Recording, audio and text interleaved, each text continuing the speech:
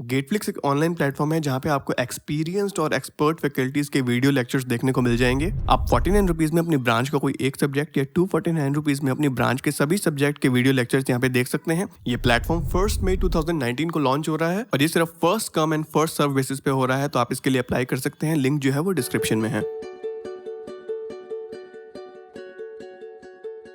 नमस्ते एवरीवन। हमने पिछले लेक्चर में देखा था कि सीमेंट को बनाने के लिए हमारे पास 4 मेन इंग्रेडिएंट्स होना बहुत ज़रूरी है, जिनमें पहला था हमारे पास लाइम, दूसरा सिलिका, तीसरा था एल्यूमिना और चौथा था आयरन ऑक्साइड। तो एक बेसिक सीमेंट को बनाने के लिए भी हमें इन्हीं चारों इंग्रेडिएंट्स की ज़रूरत पड़ती है। और जब हम चारों की बात करते हैं तो हमारे मन में ये आता है कि ये कितने अमाउंट में होने चाहिए और क्या इनका रोल होता है किसी सीमेंट में। तो अगर हम लाइम की बात करें तो ये हमारे सीमेंट में स्ट्रेंथ प्रोवाइड करता है, और अगर ज़रूरत से ज़्यादा हो तो ये हमारे सीमेंट को अनसाउंड कर देता है। अनसाउंड का मतलब है कि अगर ये ज़्यादा अमाउंट में प्रेजेंट है तो कुछ पोर्शन तो जो है इसका रिएक्शन होना होगा तो वो हो जाएगा, लेकिन जो बच जाएगा वो फिर बाद में एक्सपैंड होता है तो वो हमारे वॉल्यूम को जो है वो इंक्रीज कर देगा, और उसी को ही हम कहते हैं अनसाउंडनेस। वहीं अगर ये ज़रूरत से कम है तो ये हमारे सीमेंट की जो स्ट्रेंथ है उसको कम कर देता है, और जो हमारा सीमेंट है वो बहुत ही जल्दी सेट हो जाता है। तो एक बेसिक सीमेंट में इसकी जो परसेंटेज रहती है वो रहती है 59 से 64%। जो हमारा सेकंड इंग्रेडिएंट है वो है सिलिका। सिलिका भी हमारे सीमेंट में स्ट्रेंथ प्रोवाइड करता है, लेकिन अगर ये ज़्यादा क्वांटिटी में हो तो हमारे सीमेंट की स्ट्रेंथ तो है वो इंक्रीज होती है, लेकिन जो सेटिंग टाइम है, मतलब कितनी जल्दी वो सेट होगा, वो बहुत ज़्यादा बढ़ जाता है। इसीलिए इसको 19 से लेकर 24% के बीच में ही रखा जाता है। हमारा जो थर्ड इंग्रेडिएंट है वो है एल्यूमिना। एल्यूमिना हमारे सीमेंट में क्विक सेटिंग प्रॉपर्टी को इम्पार्ट करता है। इसका मतलब है कि हमारा सीमेंट जो है कितनी जल्दी हार्ड हो जाएगा या सेट हो जाएगा। वहीं अगर ये ज़्यादा अमाउंट में प्रेजेंट होता है तो आपने देखा होगा कि हमारी सीमेंट की मैन्युफैक्चरिंग प्रोसेस में जब क्लिंकर्स बनते हैं तो ये उनके टेम्परेचर को जो लो कर देता है, और हम नहीं चाहते कि हमारे क्लिंकर्स का जो टेम्परेचर है वो लो हो। हम चाहते हैं वो अच्छे से कुक हो और बर्न हो, और उनका जो टेम्परेचर हो वो हाई रहे। दैट इज़ वाई अगर ये ज़्यादा अमाउंट में प्रेजेंट है तो ये बेशक हमारे सीमेंट को जल्दी से जल्दी हार्ड करने की कोशिश करेगा, लेकिन उसकी स्ट्रेंथ को भी ये वीक कर देगा। दैट इज़ वाई इसको 3 से 6% के बीच में ही रखा जाता है। हमारा जो फोर्थ इंग्रेडिएंट है वो है आयरन ऑक्साइड। आयरन ऑक्साइड हमारे सीमेंट को कलर प्रोवाइड करता है, जो कि होता है ग्रीनिश ग्रे। हमारे सीमेंट को हार्डनेस प्रोवाइड करता है और स्ट्रेंथ भी इंक्रीज करता है, और इसका केवल 1 से लेके 4% ही हमारे लिए काफ़ी होता है।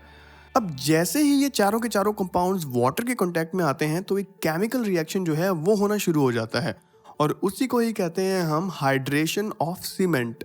अब क्योंकि जो रिएक्शन होता है वो एक एक्सोथर्मिक रिएक्शन होता है, तो जो हीट रिलीज होती है उसको कहते हैं हम हीट ऑफ हाइड्रेशन। अब जैसे ही ये चारों इंग्रेडिएंट्स वाटर के कांटेक्ट में आए, इन्होंने कुछ कंपाउंड्स बनाना शुरू कर दिया, जिनको हम कहते हैं बोग्स कंपाउंड। ये कंपाउंड ही हमारी सीमेंट की प्रॉपर्टीज को डिफाइन करते हैं, और इनका कम ज़्यादा होना हमारे सीमेंट की फाइनल सेटिंग, ड्यूरेबिलिटी और स्ट्रेंथ पे फ़र्क डालता है।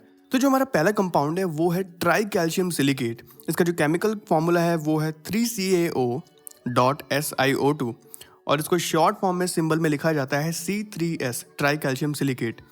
अच्छा, ये जो है हमारे सीमेंट को अर्ली स्ट्रेंथ प्रोवाइड कराने में बहुत काम में आता है। मतलब ये 80 to 90% जो स्ट्रेंथ है वो हमें 24 से लेके 48 आवर्स में ही दे देता है, और जो बाकी की बची हुई स्ट्रेंथ है वो ये 28 डेज में कंप्लीट दे देता है। दैट इज़ वाई हमारे सीमेंट में बहुत ही काम की चीज़ है, और इसको 40 से लेके 55% के बीच में होना बहुत ज़रूरी होता है एक बेसिक सीमेंट के अंदर। वहीं जो हमारा सेकंड कंपाउंड है वो है डाई कैल्शियम सिलिकेट। इसका जो केमिकल फॉर्मूला है वो 2CaO.SiO2, और इसका जो सिंबल है वो है C2S, डाई कैल्शियम सिलिकेट। अच्छा, ये जो है हमारी सीमेंट को स्ट्रेंथ प्रोवाइड करता है, लेकिन ये स्ट्रेंथ अर्ली स्टेजेस में नहीं लेकिन लेटर स्टेजेस में प्रोवाइड ज़्यादा करता है। मतलब हमारा सीमेंट जो है वो 1 ईयर आफ्टर 2 ईयर्स के बाद भी अगर स्ट्रेंथ गेन कर रहा है तो वो सिर्फ कमाल है C2S का। अच्छा, अगर ये ज़्यादा क्वांटिटी में प्रेजेंट है तो इसका मतलब ये हमारी अर्ली स्ट्रेंथ को कम कर देगा, लेकिन जो लेटर स्ट्रेंथ है उसको इंक्रीज कर देगा। लेकिन किसको फ़र्क पड़ता है कि 3 साल बाद मेरे स्ट्रक्चर की स्ट्रेंथ कितनी है? हमें तो अभी उसमें रहना है, अभी उस स्ट्रक्चर से काम लेना है। दैट इज़ वाई हम इसको 19 से लेके 24% के बीच में रखना ज़्यादा पसंद करते हैं एक बेसिक सीमेंट में। तीसरा जो मेरे पास एक कंपाउंड है वो है ट्राई कैल्शियम एल्यूमिनेट। इसका फॉर्मूला है 3CaO.Al2O3 और इसका जो सिंबल है वो है C3A। ये जो कंपाउंड है ये हमारे सीमेंट की फ्लैश सेटिंग के लिए रिस्पॉन्सिबल है। फ्लैश सेटिंग का मतलब जैसे ही आपने उसको मिक्स किया, एक शेप में कन्वर्ट किया, तो वो उसी समय जो हार्ड हो रहा होता है सब्सटेंस, वो किसका कमाल होता है? C3A का। वो C3A ही है जो हमारे सीमेंट को इनिशियल स्ट्रेंथ दे रहा है, बिल्कुल स्टार्टिंग में जो स्ट्रेंथ मिल रही है। अगर ये ज़्यादा अमाउंट में प्रेजेंट है तो बिल्कुल आपने मतलब हम उसको अगर मिक्स ही कर रहे होंगे तभी हमारा सीमेंट जो है वो हार्ड होना शुरू हो जाएगा, इसलिए हम उसको ज़्यादा डालना पसंद नहीं करते। और ये जो कंपाउंड है ये बहुत ज़्यादा रिएक्ट करता है, इसी वजह से इसकी जो हीट ऑफ हाइड्रेशन भी है वो ज़्यादा होती है और इस कंपाउंड पे केमिकल अटैक्स भी बहुत आसानी से हो जाते हैं। इसलिए हम इसको 8 से लेकर 10% के बीच में ही एक बेसिक सीमेंट में रखना पसंद करते हैं। जो हमारा फोर्थ मेजर कंपाउंड है वो है टेट्रा कैल्शियम एल्यूमिनोफेराइट। इसका जो केमिकल फॉर्मूला है वो है 4CaO.Al2O3.Fe2O3 और जो इसका सिंबल है वो है C4AF। ये कंपाउंड भी हमारे सीमेंट की इनिशियल सेटिंग के लिए रिस्पॉन्सिबल है। दैट इज़ वाई इसकी जो हीट ऑफ हाइड्रेशन है वो भी बहुत ज़्यादा होती है, लेकिन ट्राई कैल्शियम एल्यूमिनेट से कम होती है। और ये कंपाउंड सबसे कम स्ट्रेंथ प्रोवाइड कराता है हमारे सीमेंट में और ये 24 आवर्स के अंदर अंदर अपना काम समाप्त कर देता है। दैट इज़ वाई इसको 13 से लेकर 17% के बीच में ही रखा जाता है। अच्छा, मैं काफ़ी देर से आपको बोले जा रहा हूँ बेसिक सीमेंट। एक बेसिक सीमेंट वही होता है जो हमारी सारी रिक्वायरमेंट्स को, एक जनरल रिक्वायरमेंट को पूरा कर दे।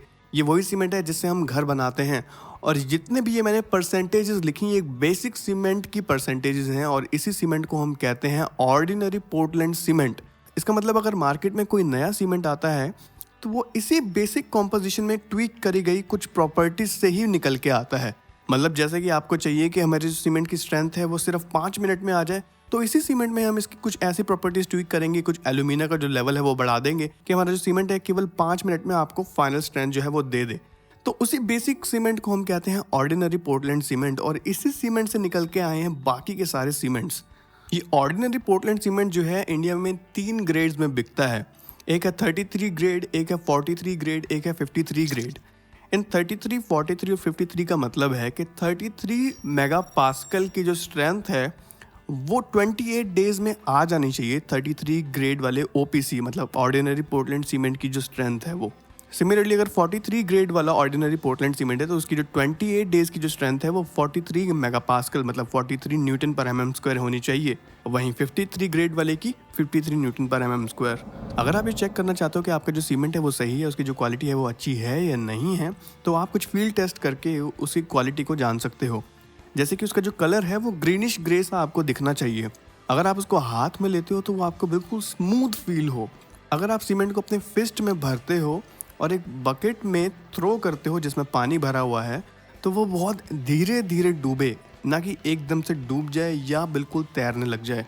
अगर आप एक सीमेंट के बैग में अपना हाथ डालते हो तो आपको जो सीमेंट है वो ठंडा महसूस होना चाहिए और जो हमारा सीमेंट है वो लंप से फ्री होना चाहिए, उसके अंदर कोई लंप्स नहीं होने चाहिए।